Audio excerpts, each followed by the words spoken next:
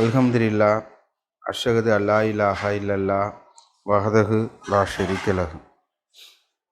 அல்லாவோட மாபெரும் கிருபையால் நம்ம வணக்கத்துக்குரியவர் அல்லாஹ் மட்டும்தான் அப்படின்னு நம்ம நம்பிக்கை கொண்டு இருக்கோம். இது அல்லாஹ் நம்ம மேல் புரிஞ்ச மாபெரும் கருணையாக இருக்குது. இதுக்கு அல்லாஹ்க்கு நம்ம அதிகமாக நன்றி செலுத்திப்போம். அல்லாவோட மாபெரும் கிருபையால் நம்மளோட மார்க்கத்தோட வழிகாட்டுதலாக குரான் மட்டும்தான் அப்படின்னு நம்ம நம்பிக்கை கொண்டு இருக்கோம். அந்த குரான்லேருந்து தான் நம்ம அல்லாவோட கட்டளையை கற்றுக்கிட்டு அதை பின்பற்றிக்கிட்டு இருக்கோம். இதுதான் வெற்றி. நம்பிக்கையாளர்களுக்கு இது கலங்கர விளக்காக இருக்குது அப்படின்னு அல்லாஹ் சொல்லியிருக்காங்க. அப்படிப்பட்ட வழிகாட்டுதலேருந்து இன்றைக்கி நம்ம கற்றுக்க போகிற சப்ஜெக்ட் என்னன்னா அட்டரன்ஸ், கூற்று மறுமொழி, அந்த மாதிரி உள்ள சப்ஜெக்டை நம்ம எடுத்து பார்ப்போம். ஏன்னா அல்லாஹ் குரானில் சொல்லியிருக்காங்கன்னா அதை நம்ம லேசாக எடுத்துக்கக்கூடாது. அது நம்மளை ஆன்மாக்கு ஒரு பெரிய வளர்ச்சி கொடுக்கக்கூடிய ரொம்ப இம்பார்ட்டண்டான இதாக இருக்கும். அது நம்மளாம் ஒரு எடை போட்டு இது சின்ன விஷயம், இது பெரிய விஷயம் அப்படின்னு நம்ம எடுத்துக்கக்கூடாது. அல்லாஹ் குரானில் சொல்லியிருக்கிறதுனால ரொம்ப பெரிய இம்பார்ட்டண்ட்டாக நம்ம அதை முக்கியத்துவம் கொடுத்து அதை நம்ம இன்ஷா அல்லாஹ் சரி செஞ்சுக்கணும்.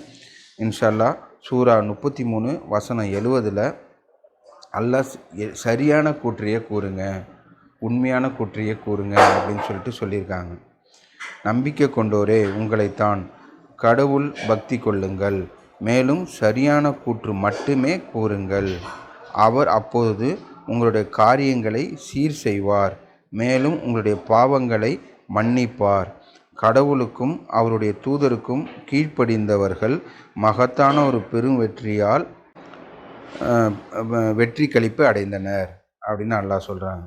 அதாவது எப்படின்னா, அல்லாஹ் நம்மள்கிட்ட கட்டளை சொல்கிற போது சரியான கூற்று மட்டுமே கூறுங்க, உண்மையோட பொய்யை கலக்காதுங்கன்னு இன்னொரு வசனத்தில் அல்லாஹ் சொல்லியிருக்காங்க. சரியான கூற்று மட்டுமே கூறுங்க.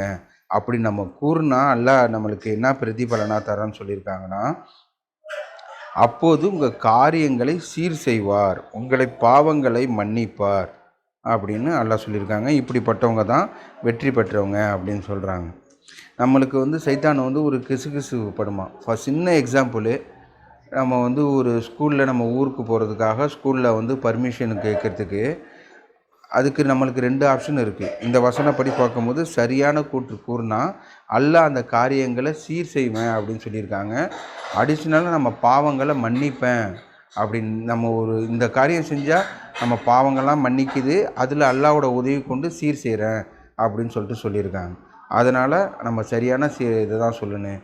இப்போ இதெல்லாம் நம்ம பாவத்திலேருந்தே எண்ண மாட்டோம். இதெல்லாம் ஒரு சின்னது தானே, சாதாரண இது தானே சொல்லியிருப்போம். ஆனால் இந்த மாதிரி உள்ள இது தான் பெரிய லெவல் வரைக்கும் இது போகுது. அல்லாஹ் அந்த வசனத்தையும் நம்ம படிப்போம். அல்லாஹ் சின்ன விஷயத்தையும் எல்லாத்தையும் கவுண்ட் பண்ணி வச்சுருக்காங்க. மறுமையில் அவங்களோட ஸ்டேட்மெண்ட்டு எப்படி என்னோடய ஸ்டேட்மெண்ட்டில் ஒரு சின்ன இது கூட மிஸ் ஆகாமல் எல்லாமே கவுண்டடாக இருக்குது அப்படின்னு வாக்குமூலம் கொடுப்பாங்க அப்படின்னு சொல்லிட்டு நம்ம பார்க்குறோம். அதனால் நம்ம சரியான கூற்று மட்டுமே கூறணும். அப்படி கூறும்போது நம்ம காரியங்களை அல்லாஹ் சீர் செய்கிறாங்க, பாவங்களை மன்னிக்கிறாங்க. இது பெரிய வெகுமதியாக இருக்குது. இந்த மாதிரி தான் நம்ம குரானில் பல வசனத்தை பார்க்கும்போது அல்லாஹ் ஒரு காரியங்களை செய்ய சொல்லிவிட்டு அந்த காரியங்களுக்குள்ள பலனு அதே வசனத்திலேயோ அல்லது அதுக்கு அடுத்த வசனத்திலேயோ அல்லாஹ் நம்மளுக்கு சொல்லி தருவாங்க. அதேமாரி செய்யக்கூடாத வசனத்தை சொல்லிவிட்டு அதுக்குள்ள தண்டனையும் மற்ற விஷயமும் ஏற்படும், உங்களை பிரதிபலனாக இந்த இது ஏற்படும் அப்படின்னு சொல்லிட்டு அல்லாஹ் சொல்லியிருக்காங்க. அதனால் எல்லா நல்லதும் அல்லாஹ்கிட்டேன்னு வருது, எல்லா கெட்டதும் நம்ம கையாலேயே நம்ம ஏற்படுத்திக்கிட்டது. நம்ம அல்லாஹ் ஒரு கட்டளையை சொல்லிவிட்டு நான் இதை நான் சீர் செய்கிறேன், உங்கள் பாவங்களை மன்னிக்கிறேன்னு சொல்லும் போது அதுக்கு தான் நம்ம இம்பார்ட்டன்ட் கொடுக்கணும். அது இல்லாத மற்ற இம்பார்ட்டன்ட் நம்மளாக கற்பனை பண்ணிக்கிட்டு இப்படி நடக்கும் அப்படி நடக்கும்னு சொல்லிவிட்டு அதுக்கு சத்தியத்துக்கு மாற்றாக நம்ம செய்யக்கூடாது அப்படின்னு நம்ம பார்க்குறோம். இது ஒரு சின்ன எக்ஸாம்பிள் தான், எல்லாத்துலேயும் அது பொருந்தும். ஆஃபீஸ்லேயோ இல்லை குடும்ப மேட்ருலேயோ இல்லை மற்ற விஷயத்துலேயோ நம்ம சரியான கூற்று கூறுனா அல்லாஹ் நம்ம காரியங்களை சீர் செய்கிறேன்னு வாக்குறுதி கொடுத்துருக்காங்க. அடுத்தது 2:225 ஔதுபில்லாஹி மினஷ் ஷைத்தானிர் ரஜீம் பிஸ்மில்லாஹிர் ரஹ்மானிர் ரஹீம். சத்திய பிரமாணங்கள் வெறும் வார்த்தைக்கு கடவுள் உங்களை பொறுப்பாக ஆக்குவதில்லை, உங்களுடைய உள்ளார்ந்த நோக்கங்களுக்கு உங்களை அவர் பொறுப்பாக ஆக்கிக்கின்றார். கடவுள் மன்னிப்பவர், கனிவானவர். அதனால் நம்ம உள்ளார்ந்த நோக்கங்கள் அது கூற்றுன்னு சொல்லும் போது அது வெளிப்படையான கூற்றம் இருக்குது, அந்த வசனத்தையும் வரும். உள்ளார்ந்த கூற்றம் அல்லாஹ் கவுண்ட் எடுத்துக்கிறேன் அப்படின்னு சொல்கிறாங்க. அடுத்தது 3:181 கடவுள் ஏழையாக இருக்கின்றார், அதே சமயம் நாங்கள் செல்வந்தராக இருக்கின்றோம் என்று கூறியவர்களுடைய கூற்றுக்களை கடவுள் செவியேற்று கொண்டார். நபிமார்களை அநீதமாக அவர்கள் கொன்றதை நாம் பதிவு செய்தது போலவே அவர்கள் கூறிய ஒவ்வொன்றையும் நாம் பதிவு செய்வோம். மேலும் நாம் கூறுவோம், நரகத்தின் தண்டனையை அனுபவியுங்கள். நம்மளோட எல்லா கூற்றையும் அல்லாஹ் பதிவு செய்கிறாங்க. அதாவது அல்லாஹ் நம்மளுக்கு எப்படி நம்ம பதிவு செய்கிறாங்கன்னா, நம்மளோட கூற்று, நம்மளோட சொல், அதுக்கப்புறம் நம்மளோட செயல், அதுக்கப்புறம் நம்மளோட எண்ணம் எல்லாத்தையும் அல்லாஹ் பதிவு செய்கிறாங்க அப்படின்னு. இப்போ நம்ம வெப் கேமராவில், அதாவது சிசிடிவியில் நம்ம பதிவு செய்கிறதுனா நம்மளோட ஆக்ஷன் மட்டும்தான் பதிவாகும். அதாவது மைக்கு வச்சு பண்ணோன்னா நம்மளோட சொல்லு மட்டும்தான் பதிவாகும். ஆனால் அல்லாஹ்கிட்ட எப்படிப்பட்ட ரெக்கார்டு இருக்குன்னா, நம்மளோட இன்னர்மோஸ்ட் தாட்டு, நம்ம மனசுக்குள்ளே ஒரு தப்பான எண்ணம் எண்ணியிருப்போம், அல்லது மனசுக்குள்ளே ஏதாவது ஒரு தீய சூழ்ச்சி செஞ்சோன்னா அது எல்லாமே கவுண்டடு அப்படின்னு சொல்லிட்டு அல்லாஹ் சொல்லியிருக்காங்க. அந்த அளவுக்கு அக்யூரேட்டாக நம்ம செய்கிற செயல் எல்லாத்தையும் அல்லாஹ் பதிவு செய்கிறாங்க. அதனால் நம்ம சரியான கூற்று மட்டும்தான் கூறணும் அப்படின்னு நம்ம பார்க்குறோம். இது உங்களுடைய சொந்த காரியங்களில் பின்விளைவாகும். மனிதர்கள் பால் கடவுள் ஒருபோதும் அநீதமானவர் அல்ல. இதன் மூலியமாக நம்ம வரம்பு மீறி போயிட்டு தப்பு நடந்துச்சுன்னா அது அல்லாஹ்கிட்டேன்னு வந்ததில்லை, நம்மளோட காரியங்கள், அவங்களோட சொந்த காரியங்களோட பின்விளைவாகும் அப்படின்னு சொல்கிறாங்க. அல்லாஹ் மனிதர்கள் பால் ஒருபோதும் அநீதமாக நடக்க மாட்டாங்க அப்படின்னு அல்லாஹ் வாக்குறுதி கொடுக்குறாங்க. ஏன்னா அல்லாஹ் அவரோட இது ரொம்ப நீதமானது, கருணையாளர், கிருபையாளர்னு தான் நம்ம பார்க்குறோம். மீறிய கட்டது நடக்குதுன்னா அது நம்ம கையாலேயே நம்ம வர வச்சுக்கிறது. 300 வருஷத்தில் அல்லாஹ் சொல்லும் போது அல்லாஹோட ஆசீர்வாதம் அவங்களே மாற்றிக்கொள்ளாத வரைக்கும் அல்லாஹ் மாற்றுறதில்ல அப்படின்னு. டிஃபால்ட்டாக அல்லாஹ் நம்ம மேலே கருணை புரிஞ்சிருக்காங்க, நம்ம மேலே பிளெஸ் பண்ணியிருக்காங்க. அது நம்மளாக தப்பான விஷயம் செஞ்சுக்கக்கூடாது. இதில் அந்த உண்மையாக இந்த சரியான கூற்றுன்னு உள்ளதான் ஒன்று. இது இப்போ ஒரு சின்ன விஷயத்துலேருந்து பெரிய விஷயம் வரைக்கும் நம்ம எடுக்கும் போது, ஈவன் சின்ன விஷயம்னு நம்ம சும்மா சின்ன இதுலேருந்து பெரிய கோர்ட்டில் போய் சாட்சி சொல்கிறது வரைக்கும் உள்ள இதில் நம்ம சரியான கூற்று பண்ணோன்னா அல்லாஹ் அது நம்ம சரி செய்கிறேன் அப்படின்னு சொல்லிட்டு சொல்கிறாங்க. கூடுதலாக பாவத்தையும் மன்னிக்கிறேன் அப்படின்னு அல்லாஹ் நம்மளுக்கு சொல்லி காமிக்கிறாங்க.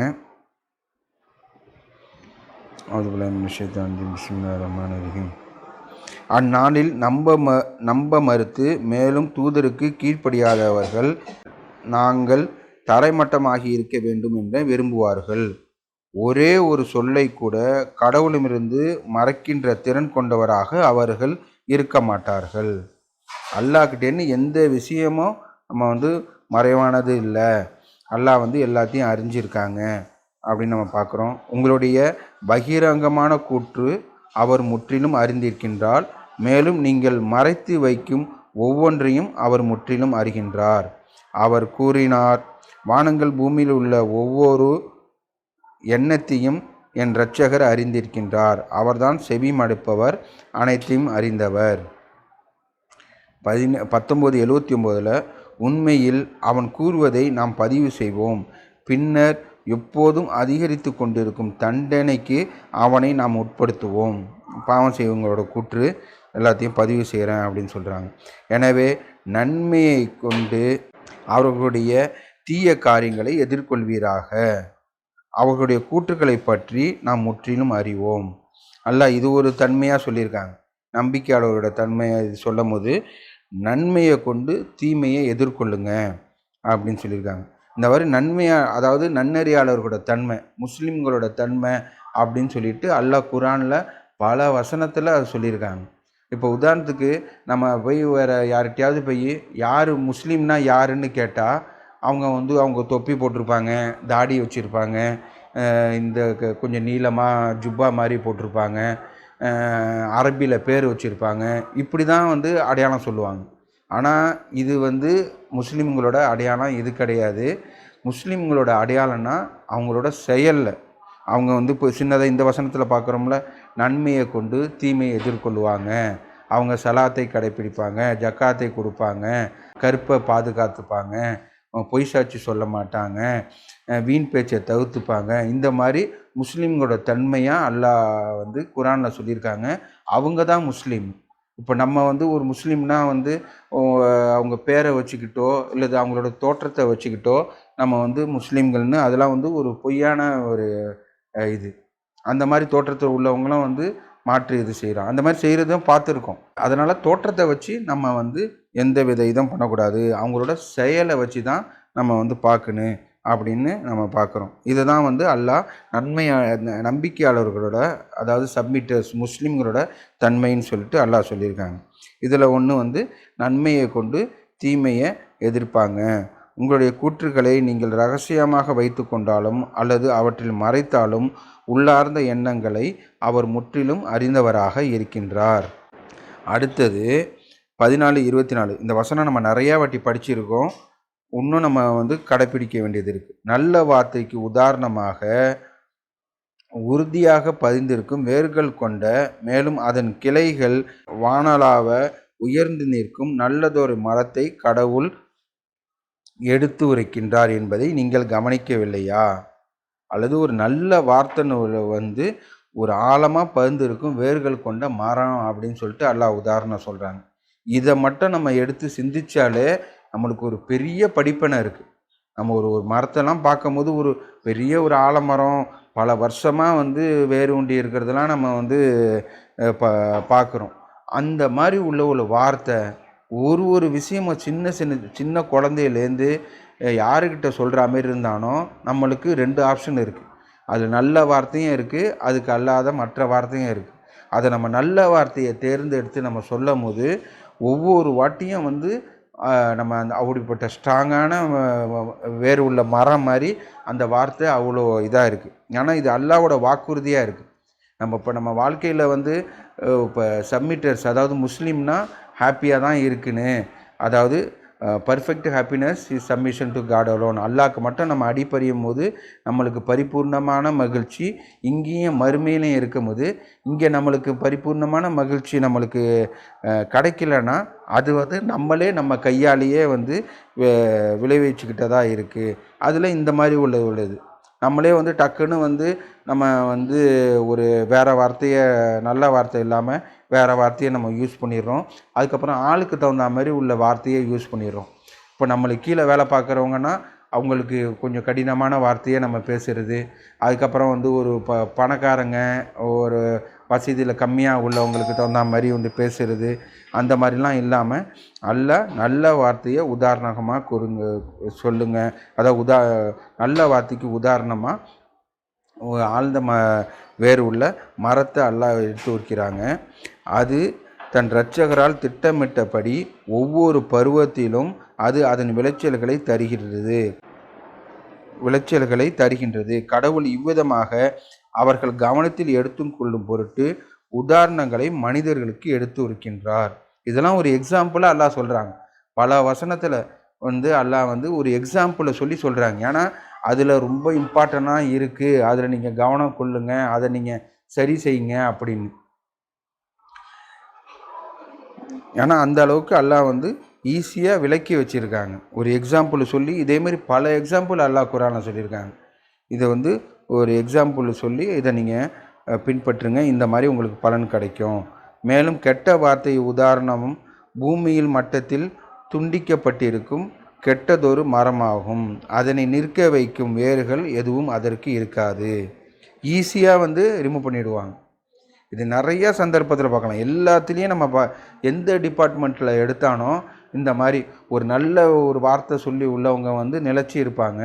ஒரு கெட்ட வார்த்தை சொல்கிறவங்க, அப்படி இல்லாட்டி வந்து ஒரு ஆக்டிங் பண்ணுறவங்க, அதாவது மனசுக்குள்ளே ஒன்று வச்சுக்கிட்டு வெளியில் ஒன்று பொய் கூட்டுறவங்கலாம் வந்து ஒரு ஈஸியாக வந்து அவங்களால நிலச்சி இருக்க முடியாது. அதுதான் இதில் உள்ள பாடம். நிரூபிக்கப்பட்ட வார்த்தையை கொண்டு நம்பிக்கை கொண்டவர்களை கடவுள் இந்த வாழ்விலும் மறு உலகிலும் பலப்படுத்துகின்றார். மேலும் வரம்பு மீறுவர்களை கடவுள் வழிகேட்டில் அனுப்பிவிடுகின்றார். ஒவ்வொரு விஷயமும் கடவுளின் நாட்டத்திற்கு ஏற்பவே உள்ளது. அடுத்தது 41:33. கடவுளின்பால் அழைத்து மேலும் நன்னெறியான காரியம் செய்து நான் சரணடைந்தேன் ஒருவன் எனும் கூறும் ஒருவனை விட நல்ல வார்த்தை உதிக்க எவரால் இயலும். நல்ல நடத்தையும் கெட்ட நடத்தையும் சமமானவை அல்ல. இயன்றவரை மிக சிறந்த நடத்தையை கைக்கொள்ள வேண்டும். அதன் மூலமாக உங்களுடைய விரோதியாக இருந்த ஒருவனும் உங்களுடைய உற்ற நண்பனாகிவிடக்கூடும். இந்த வசனத்தில் அல்லாஹ் நல்ல நடத்தையும் கெட்ட நடத்தையும் சமமானது இல்லை அப்படின்னு சொல்லியிருக்காங்க. நம்ம கண்டிப்பாக சமமானது இல்லைன்னா அதை நம்ம ஸ்ட்ராங்காக உணரணும். நம்ம ஒரு நல்ல வார்த்தை சொல்கிறோம், ஒரு நல்ல செயல் செய்கிறோன்னா அதுக்குள்ள ஆக்ஷனு நம்ம ஒன்று ஒரு ஆக்ஷனு பண்ணுனா அதுக்குள்ள ரியாக்ஷன் வரும். அது ஒன்று ஃபார் எக்ஸாம்பிள் ஒரு நல்ல வார்த்தை சொல்கிறேன்னா அது ஒன்று நடக்கும். அதே இடத்துல கெட்ட வார்த்தை சொன்னேன்னா அதே நல்லதில் எது நடக்குமோ அதே இதில் நடக்காது, இது வேறு கெட்டதாக தான் நடக்கும். ஆனால் அல்லாஹ் நல்ல நடத்தையும் கெட்ட நடத்தையும் சமமானது இல்லை அப்படின்னு சொல்லியிருக்கும் போது நம்ம நல்லதை தேர்ந்தெடுத்து செய்யும் போது நல்லது நடக்குது, கெட்டதை தேர்ந்தெடுத்து செய்யும் போது கெட்டது நடக்குது. ரெண்டும் ஒரே மாதிரி தான் இருக்கும் அப்படின்னு சொல்லிட்டு நம்ம நினைக்கக்கூடாது. சமமானவை அல்ல அப்படின்னு சொல்லியிருக்காங்க. இயன்றவரை மிக சிறந்த நடத்தையை நீங்கள் கை கொள்ள வேண்டும். அதன் மூலமாக உங்களுக்கு விரோதியாக இருந்த ஒருவனும் உங்களுடைய நண்பனாகிவிடக்கூடும். எவ்வளோ பெரிய விஷயம்! விரோதினா பல வகையில் இருக்குது. அது நம்மளோட ஒரு ஹாப்பினஸ்ஸையும் குலைக்கிறதோ அல்லது பாதுகாப்பு இது உள்ளதோ விரோதி மூலமாக தான் நம்மளுக்கு வருது. அவங்க கூட நம்மளோட சிறந்த நண்பராகிவிடக்கூடும் அப்படின்னு சொல்கிறாங்க. இதுக்கு நம்ம ஒரு பெரிய விஷயம்லாம் எதுவும் இல்லை.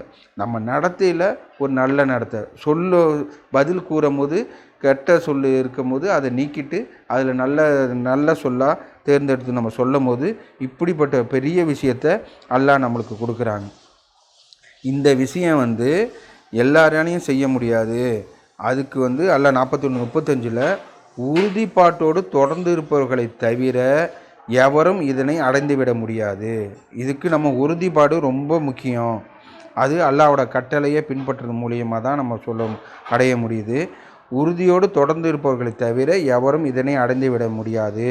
மகத்தார நற்பெறு பெற்றவர்களை தவிர எவரும் இதனை அடைந்துவிட முடியாது அப்படின்னு அல்லாஹ் நம்மளுக்கு சொல்லியிருக்காங்க. இப்படிப்பட்ட விஷயத்தை நம்ம உறுதிப்பாட்டை அடைஞ்சி அந்த ஒரு நல்ல நடத்தையை நம்ம இன்ஷா அல்லாஹ் கை கொள்ளணும். அதுபுல்லாஹி மினஷ் ஷைத்தானிர் ரஜீம். பிஸ்மில்லாஹிர் ரஹ்மானிர் ரஹீம். அடுத்தது நம்பிக்கையாளர்களோட கூற்று எப்படி இருக்குன்னா, அந்த வசனத்தை படிக்கிறேன். நான் 24:51 அவர்களுடைய விவாகரங்களில் தீர்ப்பளிக்கப்படுவதற்காக கடவுளிடமும் அவருடைய தூதரிடமும் அழைக்கப்படும் போதெல்லாம் நம்பிக்கையாளர்களின் கூற்று நாங்கள் செவியேற்கின்றோம் மேலும் நாங்கள் கீழ்ப்படுகின்றோம் என்று கூறுவதாகவே இருந்தது. இவர்கள்தான் வெற்றியாளர்கள். அதாவது செவியேற்கின்றோம், கீழ்ப்படுகின்றோம். அல்லாஹ் ஒரு வசனத்தை குரானில் சொல்லிட்டாங்கன்னா நம்ம கேட்டோம், கட்டுப்பட்டோம் அப்படின்னு இருக்கணும். அது இல்லாமல் நம்ம மறு கொஸ்டின் கேட்டுக்கிட்டு இதுக்கு இல்லை, இது அதுக்கு இல்லை அப்படின்னு சொல்லிவிட்டு இது பண்ணிட்டு சின்ன ஒரு எக்ஸாம்பிள், உங்களோட தொழுகையில் சத்தமாகவும் ஓதாதங்க, மௌனமாகவும் ஓதாதங்க, நடுத்தரமாக ஓதுங்க அப்படின்னு சொல்லியிருக்காங்க. இப்போ அல்லாஹ்வோட அருளால் நம்ம நம்பிக்கையாளர்களாக இருக்கிறவங்க கேட்டோம், கட்டுப்பட்டோம். அல்லாஹ் குரானில் சொல்லியிருக்காங்க. அந்த வசனத்தை கேட்டு அதை நம்ம வெரிஃபை பண்ணிட்டோம், இந்த வசனத்தில் இப்படி இருக்குது அப்படின்னு சொல்லிட்டுனா உடனே மாறிடணும். அதேமாரி ஒழு செய்கிறது எப்படின்னு சொல்லிட்டு அல்லாஹ் சொல்லியிருக்காங்க. இப்போ நம்ம நம்பிக்கையாளர்களாக இருக்கனால கேட்டோம், கட்டுப்பட்டோம், அவ்வளோதான். அதை விட்டுட்டு எக்ஸ்ட்ரா நான் இது செஞ்சால் என்ன, எக்ஸ்ட்ரா சுட்டம் தானே, எக்ஸ்ட்ரா ஒரு 4 ரக்காயத்து தொழுதா என்ன, எக்ஸ்ட்ரா நான் இது தொழுதா என்ன, அது தொழுதா என்ன, இது எக்ஸ்ட்ரா நன்மை தானே, அப்படி இப்படின்னு சொல்லிட்டு ஒரு டைவர்ட் பண்ணி எப்படின்னா சத்தியத்தை விட்டு இது போய்ட்டு வரம்பு மீறி போயிடுறது. அல்லாஹ் ஒரு வரம்பு வச்சு இதை செய்யுங்கன்னு சொல்லிட்டாங்கன்னா நம்ம வரம்பை மீறி போயிடுறது. அது வரம்பு மீற தன்மை ஆகிடுது. அது நம்பிக்கையாளரோட தன்மை இல்லை. நம்பிக்கையாளர் தன்மை என்னென்னா கேட்டோம், கட்டுப்பட்டோம். அல்லாஹ் இந்த வசனத்தில் சொல்லியிருக்காங்க, நான் அதன்படி செய்கிறேன். இதை தவிர்த்து வேறு யார் எது சொன்னானோ நம்ம அதுக்கு நான் விளக்கமாக எடுத்துக்க மாட்டேன், குரானில் மட்டும்தான் பார்ப்பேன் அப்படின்னு நம்ம எடுத்துக்கணும். இதை ஒரு நம்பிக்கையாளரோட தன்மை. நம்ம முன்னாடி பார்த்தோம்ல, நம்பிக்கையாளர்கள் யார் அப்படின்னு சொல்லிட்டு நம்ம, அதாவது முஸ்லீம்கள்னால் யாருன்னு சொல்லும் போது அவங்களோட தோற்றத்தில் கிடையாது, அவங்களோட செயலில் தான் அப்படின்னு சொல்லும் போது அவங்களோட செயல் வந்து இப்படிப்பட்ட ஒரு செயலாக இருக்கும். ஒரு குர்ஆன் வசனத்தை எடுத்து சொல்லும் போது கேட்டோம் கட்டுப்பட்டோம் அப்படின்னு இருப்பாங்க அப்படின்னு நம்ம பார்க்குறோம். இன்ஷா அல்லாஹ் ஆதியில் செஞ்ச பாவத்துக்கு பாவ மன்னிப்பு கேட்போம். தூபிலல்லாஹ். அல்ஹம்துலில்லாஹ். அஷ்ஹது அல்லா இலாஹ இல்லல்லாஹ் வஹ்தஹு லா ஷரீக லஹு. நம்ம கூற்றுக்கள் அட்டரன்ஸ் அப்படின்னு உள்ளதை வந்து நம்ம குர்ஆன்லேருந்து அல்லாஹ் நம்மளுக்கு என்ன கற்றுக் கொடுத்துருக்காங்க அப்படின்னு உள்ளதை நம்ம பார்த்துக்கிட்டு இருக்கோம். அடுத்தது அல்லாஹ் கூறுதலை பற்றி, நீங்கள் செய்யாததை நீங்கள் சொல்லாதங்க அப்படின்னு சொல்லியிருக்காங்க. இது நம்மக்கிட்ட நிறைய பேர்கிட்ட இந்த பழக்கம் வந்து சும்மா ஒரு விளையாட்டாக கூட வந்து இருக்குது. விளையாட்டாக இருந்து அது பெரிய விஷயம் வரைக்கும் அது கண்டினியூ ஆகிக்கிட்டு இருக்குது. நம்ம பார்க்குறோம். அந்த மாதிரி உள்ளதை செய்யாதங்க அப்படின்னு அல்லாஹ் நம்மளுக்கு சொல்லியிருக்காங்க. அல்லாஹ் இதை பின்பற்றுறதுக்கு நம்ம இன்ஷா அல்லாஹ் முயற்சி பண்ணுவோம். அந்த வசனம் 61வது சூறால 2வது வசனம். அவுது பில்லாஹி மினஷ் ஷைத்தானிர் ரஜீம். பிஸ்மில்லாஹிர் ரஹ்மானிர் ரஹீம். நம்பிக்கை கொண்டோரே, உங்களைத்தான் நீங்கள் செய்யாதவற்றை ஏன் நீங்கள் கூறுகின்றீர்கள்? நீங்கள் செய்யாற்றவற்றை கூறுவது கடவுளின் பாதையில் மிகவும் வெறுப்புக்குரியதாகும். செய்யாமல் இருக்கும்போது நான் தான் அதை செஞ்சேன்னு அப்படி சொல்கிறது வந்து அது வெறுப்புக்குரிய செயலாக இருக்கும் அப்படின்னு சொல்கிறாங்க. இதில் நம்ம கேர்ஃபுல்லாக இருந்து நம்ம சீர்திருத்திக்கணும். அடுத்தது 3:188. எவர்கள் தங்களுடைய காரியங்களை பற்றி கர்வம் அடைகின்றாரோ, மேலும் உண்மையில் அவர்கள் செய்திராத ஏதேனும் ஒன்றுக்காக புகழப்பட வேண்டும் என்று விரும்புகின்றாரோ, அவர்கள் தண்டனையிலிருந்து தப்பித்து கொள்ளலாம் என்று எண்ணிக்கொள்ள வேண்டாம். அவர்கள் வலி நிறைந்ததொரு தண்டனைக்கு உள்ளாகிவிட்டனர். அல்லாஹு இந்த இதிலெலாம் நம்ம வந்து உன்ன இருக்கோம். நம்ம வந்து அதை சீர்திருத்திக்கணும். நம்ம செய்யாத ஒன்றதுக்காக புகழப்படணும் அப்படின்னு. ஃபார் எக்ஸாம்பிள், ஒரு நல்ல பொருள் வாங்கிட்டு வந்தேன்னா, இது நான் தான் வாங்கினேன். அந்த சின்ன ஒரு எக்ஸாம்பிள் சொல்கிறேன். அந்த மாதிரி ஒரு எல்லா விஷயத்துக்கும் நம்ம இன்வால்வாக ஆகிருக்க மாட்டோம். புகழப்படும் போது வந்து அதில் நம்ம பேரும் வந்து நம்மளும் சேர்ந்து செஞ்ச மாதிரி சேர்ந்து நம்ம சொல்லிப்போம். இப்படிப்பட்ட இதுக்கு வந்து பிரதிபலனாக என்ன இருக்குன்னா வந்து தண்டனையிலிருந்து தப்பித்து கொள்ளலாம் என்று அவங்க எண்ணிக்கொள்ள வேண்டாம். கண்டிப்பாக தண்டனை இருக்குது. அதான் எப்படிப்பட்ட தண்டனைன்னா வலி நிறைந்ததொரு தண்டனை அப்படின்னு அல்லாஹ் சொல்லியிருக்காங்க.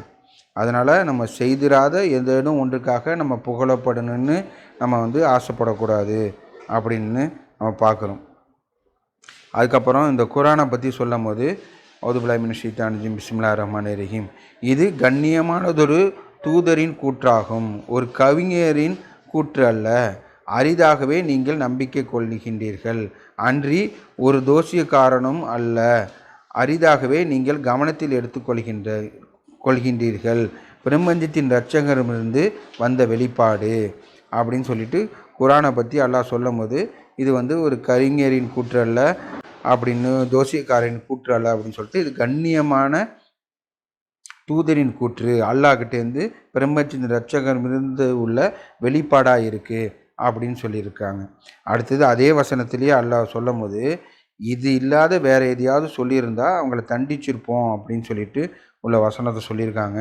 69:44 வேறு எதனையும் போதனையை அவர் கூறியிருப்பாராயின் நாம் அவர்களை தண்டித்திருப்போம், வெளிப்பாடுகளை நாம் அவருக்கு நிறுத்தியிருப்போம். உண்மையில் எவரும் அவருக்கு உதவி செய்திருக்க இயலாது. இது நன்னறியாளருக்கு ஒரு நினைவூட்டலாகும் அப்படின்னு சொல்லிட்டு நபிமார்கள்கிட்ட தூதர்கள்கிட்ட சொல்லும் போது கூட, நீங்கள் உங்களுக்கு சொன்னதை மட்டும் நீங்கள் சொல்லுங்கள், வேறு ஏதாவது போதனையை சொல்லியிருந்தாங்கன்னா தண்டிச்சிருப்போம், வெளிப்பாடுகளை நிறுத்தியிருப்போம் அப்படின்னு சொல்லியிருக்காங்க. இதுலேருந்து நம்ம இன்னொன்று புரிஞ்சுக்கிறது என்னன்னா, முகமது நபி அல்லாஹ்கிட்டேருந்து பெற்றது வந்தது குர்ஆன் மட்டும்தான். இது இல்லாத வேறு எதை மார்க்க ஆதாரமாக அவங்க சொல்லியிருக்க மாட்டாங்க. ஏன்னா இப்படிப்பட்ட அல்லாஹ்வோட கட்டளையை முகமது நபி கிளியராக பின்பற்றியிருக்காங்க. அவங்க சொன்னாங்கன்னு மற்றவங்க சொல்கிறத நம்ம வந்து அலட்சியப்படுத்தின்னு அந்த குற்றம் வருது, அந்த விஷயமும் வருது. அதை நம்ம தொடர்ந்து பார்ப்போம். அவுது பில்லாஹி மினஷ் ஷைத்தானிர் ரஜீம். பிஸ்மில்லாஹிர் ரஹ்மானிர் ரஹீம். அடுத்தது வந்து கிழக்கும் மேற்கும் மேற்கின் இரட்சகர், அவருடைய வேறு தெய்வம் இல்லை. உமக்கு ஆதரவாக அவரை நீ தேர்ந்தெடுத்து கொள்ள வேண்டும். மேலும் அவர்களுடைய கூற்றுகள் எதிர்கொள்ளும்போது உறுதிப்பாட்டுடன் தொடர்ந்து இருப்பதாக, அழகிய முறையில் அவர்களை அலட்சியம் செய்து விடுவீராக.